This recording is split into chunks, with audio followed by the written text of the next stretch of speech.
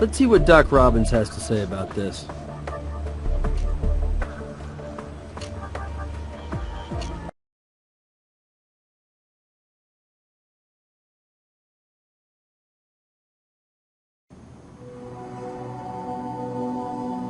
Well, the tox screen is in.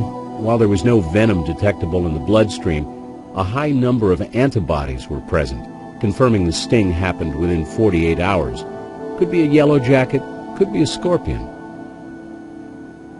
Well, most of them are non-lethal, to adults at least. Worst case, the sting could have caused anaphylactic shock, like a bee or wasp sting. A severe reaction can cause death, but not in this case. The bruising patterns match up to these markings. Also, the bruise had a very large white blood cell count, which only happens when the person hit is alive. That means this ring struck Stan Everston before he died.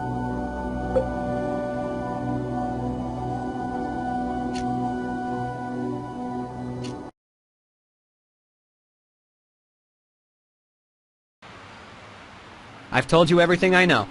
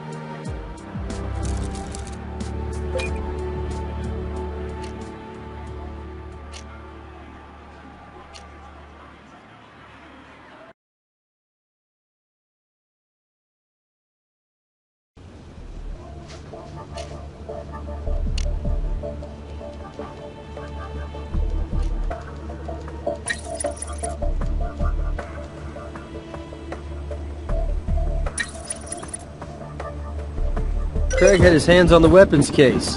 Another potential link to the crime scene.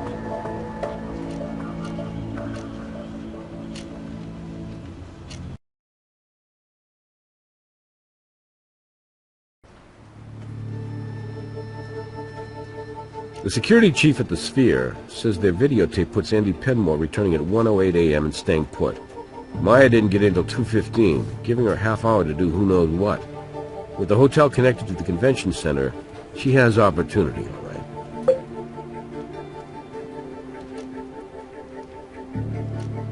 Sure. Let's bring in the guy whose ring matches our Vic's chest.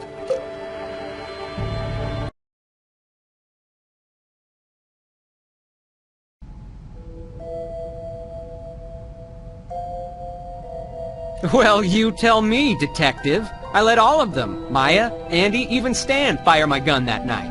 Any of them could have screwed with it. Hey, you don't think one of them's trying to frame me for this thing, do you? Well, I think we can safely rule Stan Everston out, but I can see why you'd be pissed at Stan the man. Cancels your pet project, fires you, and keeps ownership of a company you built as much as he did. Every game company has conflicts between the creative and business side, okay?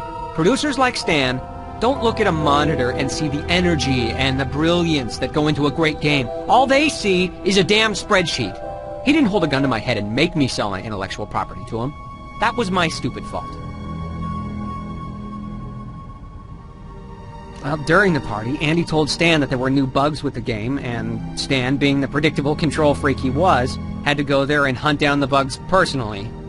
He would have stayed there all night if he needed to. Not begging. Look, it was all business for Stan, and I was talent, and damn good talent. I figured he'd be able to look past our differences and see how I could positively impact his bottom line. And, hey, I admit, I thought that maybe after Gut Wrench 3 came out, we could revive Fuzzy and Bill again. How did that go over with Stan? Not so good. I pushed too hard, and we both said things that old friends should never have said. He said LZP had outgrown me, and I accused him of bad-mouthing me in the industry to where I couldn't even get a low-end job. I admit it. Okay, I admit it. It got a little ugly. I accused him of exploiting every worst instinct in the gaming market, selling violence and sex, made all the worse by killing the very game that could have provided a fun alternative. And if he wasn't going to do Fuzzy and Bill, couldn't he at least sign it back over to me? He just laughed. So that's when you threatened Stan?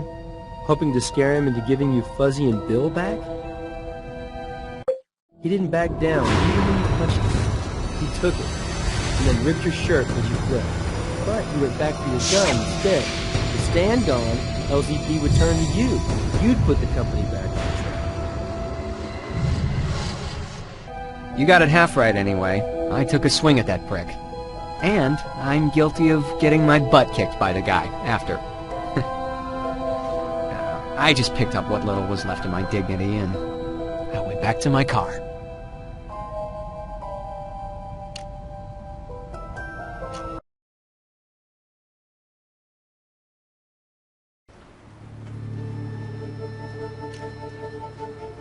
She's on her way to interrogation now.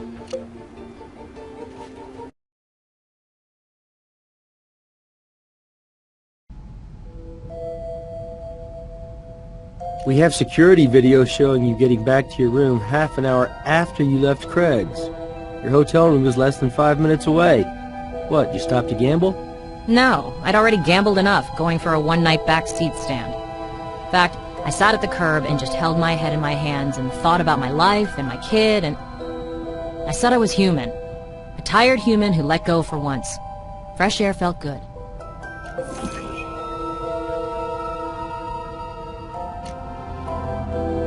No. I know Craig wanted his job back. Maybe my looks and charm weren't the only thing Craig saw in me. Maybe he also wanted to know about the state of office politics.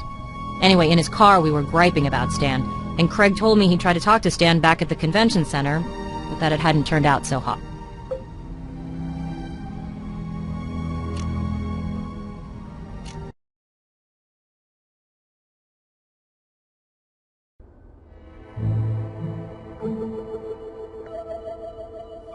Actually, no, but I should be soon. Stan promised me a piece of the corporate pie because of my stellar work on Gut Wrench 3. It's not supposed to happen till the game's complete and on the shelves.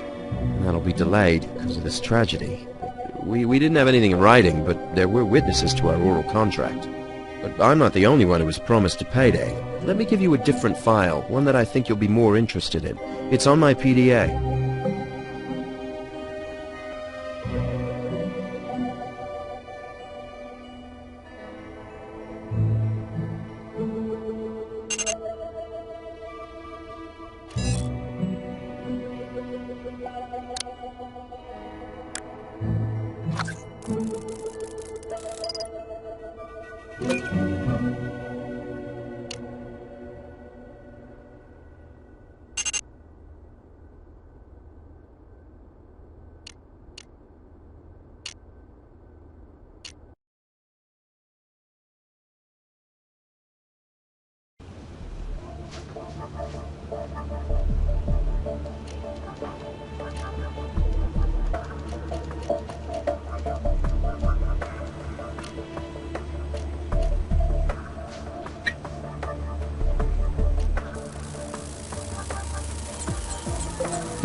Press coverage of Gut Wrench 3 is tied to Maya Wynn's payday. The bigger the media splash, the bigger her bonus. However, note that it was encrypted. Andy didn't just get this forwarded. He hacked it.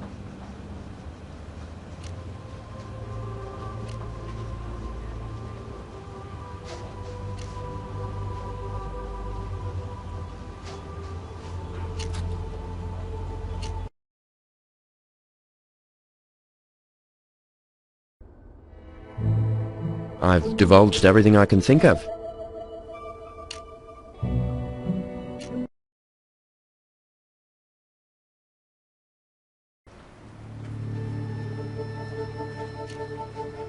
She's on her way to interrogation now.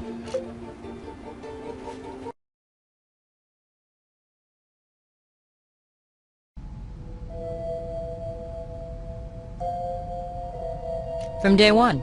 It was part of the job offer that convinced me to sign up with LZP. I had offers from 2 other companies. Both bigger, you know. But this was a real opportunity to make my mark. And a box of money. Why would a marketing person rate bigger money than the creative side? Marketing is king in the entertainment world. And the game industry is an increasingly bigger part of that world, with marketing campaigns that run to the millions. More sometimes than goes into the game themselves. A great game that sits on a shelf is a flop. A weak game that flies off the shelves is a win.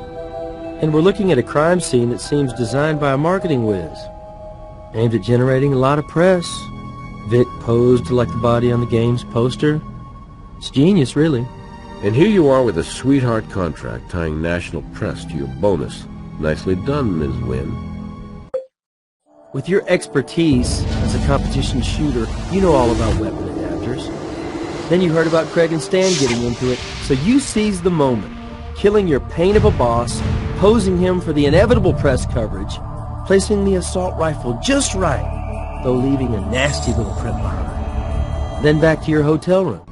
You're right. The killer did me a favor. And I'll probably make money because of the way that crime scene was staged. But I didn't stage it, and I didn't kill Stan. But maybe I can help you. Why don't you take a look at a file I downloaded for you about Andy Penmore? It's on my flash drive. You might get somewhere with it.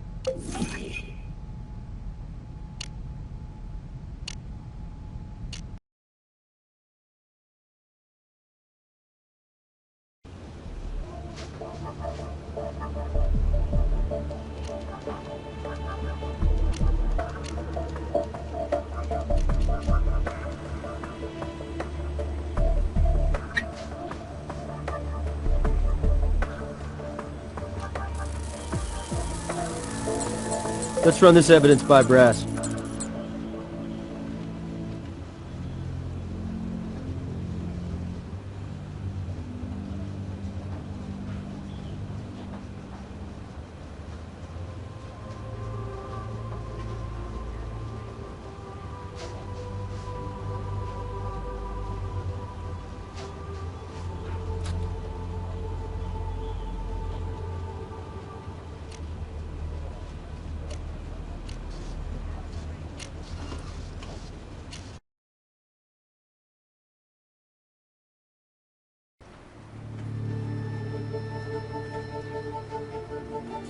Catherine gave me the heads up on this development. Our convention center security pals used a metal detector around where that cell phone was recovered. Here's your adapter. Oh, you're gonna love this. Turns out both of these items were within 30 feet of Lander's car.